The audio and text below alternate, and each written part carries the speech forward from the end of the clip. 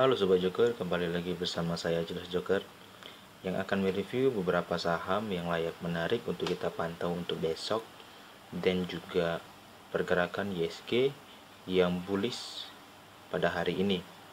Sebelumnya, jika teman-teman tertarik untuk ulasan saham berikutnya, bisa like, komen, dan subscribe channel YouTube ini, atau juga bisa bergabung di grup Telegram dan lini masa Stockbit yang linknya juga saya sediakan di deskripsi video ini.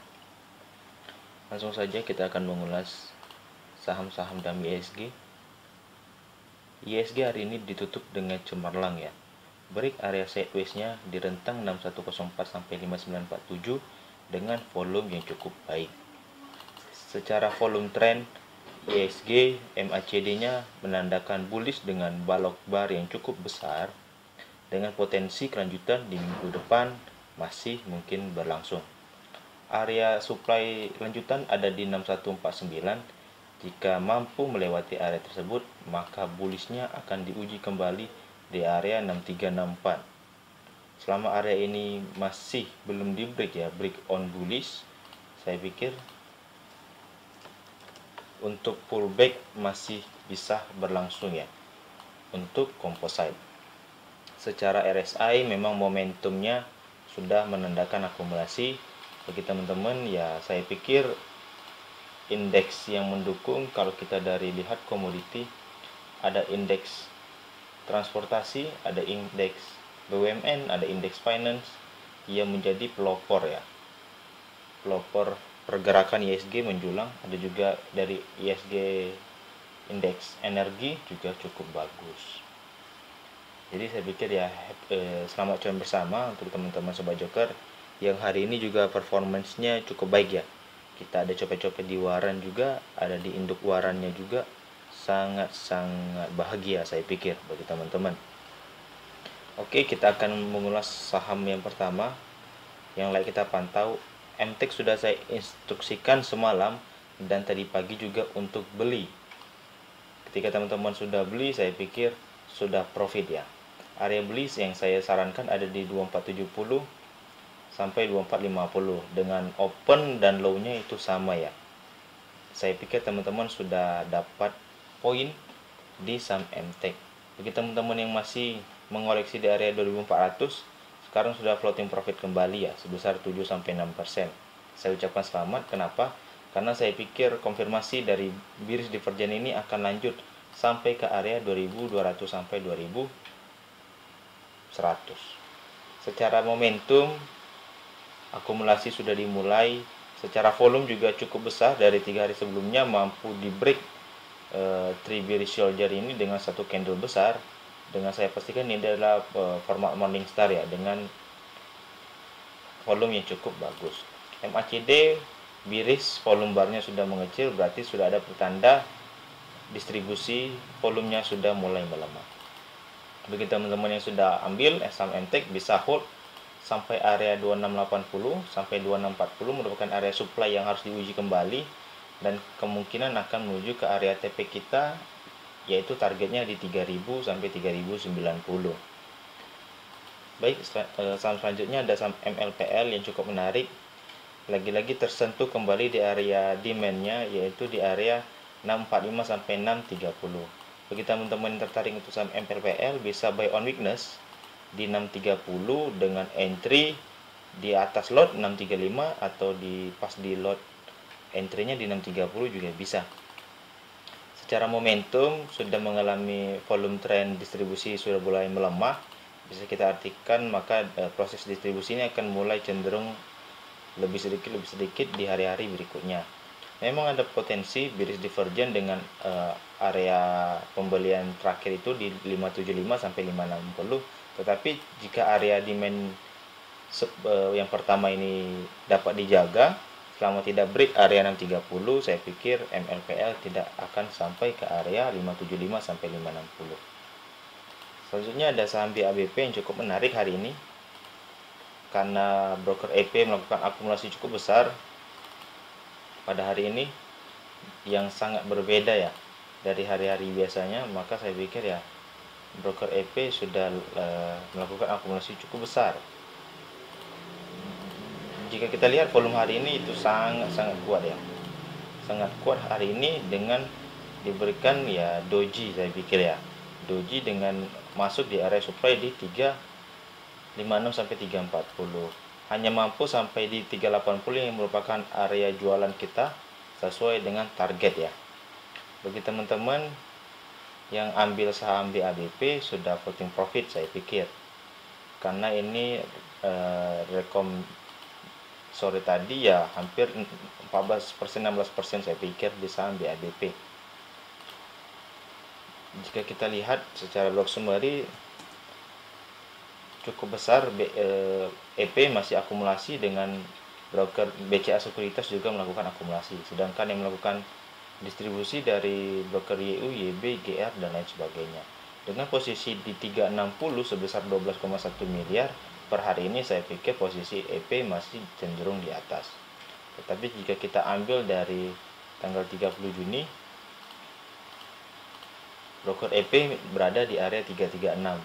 Posisi sekarang itu di 346, berarti floating profit sebesar 10 poin. Bagi teman-teman yang tertarik untuk saham BABP bisa memperhatikan area supply di 356 sampai 340 atau beli buy on weakness-nya itu di area 336. Saya pikir akan terjadi lower juga di area 336 ini.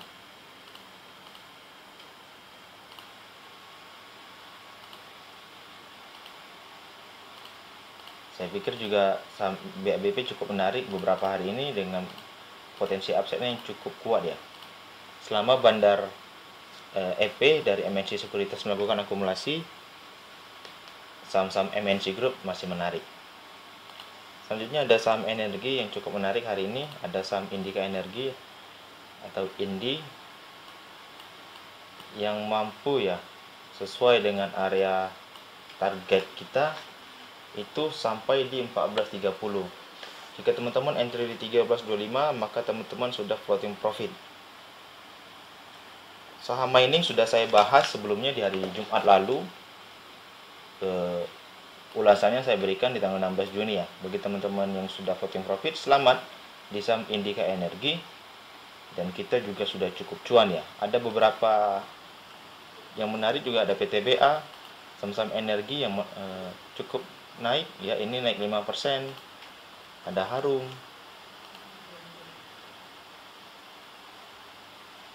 juga naik dan sudah break area supply-nya ya, area supply dan tutup di atas dengan volume yang cukup bagus juga. Kemungkinan akan berlanjut ya menuju area target kita di area 6.150. Lalu jika kita kembali ke saham PTBA, tadi ada cup and handle saya pikir, dan sudah terkonfirmasi break ya, terkonfirmasi break dengan volume yang cukup kuat dengan target price selebar cupnya yaitu di area 2320. Saya pikir upside-nya masih cukup jauh sampai dengan supply lanjutan di 2490 karena pergerakan batubara seiringan biasanya dengan saham komoditinya. PTBA juga akumulasi sebesar 16,4 miliar dengan broker BK. Harum juga sama 5 miliar. Dan juga ada Adaro juga 79,4 miliar. Saham-saham energi batubara juga cukup bagus ya. Ya, saya pikir teman-teman sudah floating profit di saham mining. Saya ucapkan selamat teman-teman yang sudah menyimak ulasan saham di batubara ya. Selanjutnya ada saham PRDA yang sebentar lagi kita akan melakukan buy on weakness, saya pikir di area 7075, sekarang masih posisi di 7425. Jika terjadi ARB satu kali lagi, saya pikir akan sampai ya. Jika ARB satu kali lagi, maka sampai di 6900. Maka kita bisa melakukan buy on weakness di area tersebut di area 6900 sampai 7000. Ya, sampai 7000 kita bisa melakukan area entry ya. Selanjutnya ada saham Wika, salah satu saham konstruksi yang naik kemarin dan hari ini terjadi koreksi yang cukup besar juga dan tidak mampu melewati area supply di 1100 sampai 1090. Bagi teman-teman yang sudah mengoleksi saham konstruksi, saya pikir sudah memikirkan ya apakah ingin hold atau melakukan distribusi. atau penjualan. Tentunya ada waskita juga. Waskita juga sama, tetapi kabar baiknya dia melewati area supply di 955 sampai 925 dan tutup masih di atas. Dengan volume distribusi masih cenderung lebih kecil daripada volume distribusi akumulasi di kemarin. Lagi-lagi jika dia retest kemudian mantul, maka kita bisa jadikan area support sebagai pijakan kuat ya untuk saham waskita. Komposisi waskita, foreign flow-nya keluar 10,1 miliar, sedangkan Wika foreign flow keluar 10,7 miliar. Saya pikir akumulasi yang terjadi oleh waskita dan Wika di saham konstruksi lainnya juga berakibat yang sama ya, karena hanya akumulasi sesaat seperti itu. Selanjutnya ada saham PNBS, salah satu saham jajan sore kemarin yang cukup cuan juga dan masih dilanjutkan untuk jajan sore. Kenapa? Karena tertahan di area 154 sampai 151 yang merupakan area supply-nya. Tutup di posisi atas dengan volume yang cukup besar. MACD dan akumulasi momentum RSI juga sudah menandakan arah yang baik. Area selanjutnya ada di area 164 sampai 157. Jika tercapai breaknya, maka mencapai area TP kita di area 172 sampai 169. Tetapi karena saya close posisi di 148, saya kembali beli di jajan sore ya, terafiliasi sampai 151 harga posisi sekarang ya. Bagi teman-teman yang bisa memperhatikan area supply ini untuk jualan di area 157 atau 164, atau juga menunggu sampai 172 sebagai area optimal kita berjualan PNBS. Jaga trailing stop untuk menjaga aset profit kita. Tentunya ada saham Mart yang cukup menarik ya, yang saya lihat sore tadi, yang sudah break area trendline resisten bearish pertamanya dengan volume yang kecil dengan akumulasi yang cukup banyak juga.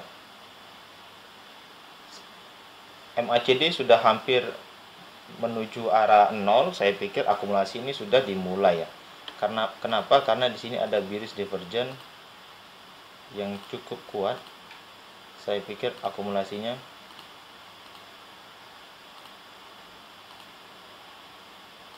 dan bisa teman-teman perhatikan jika ada bullish divergence, lagi-lagi ada profit yang sangat besar bisa dihadirkan di saham tersebut.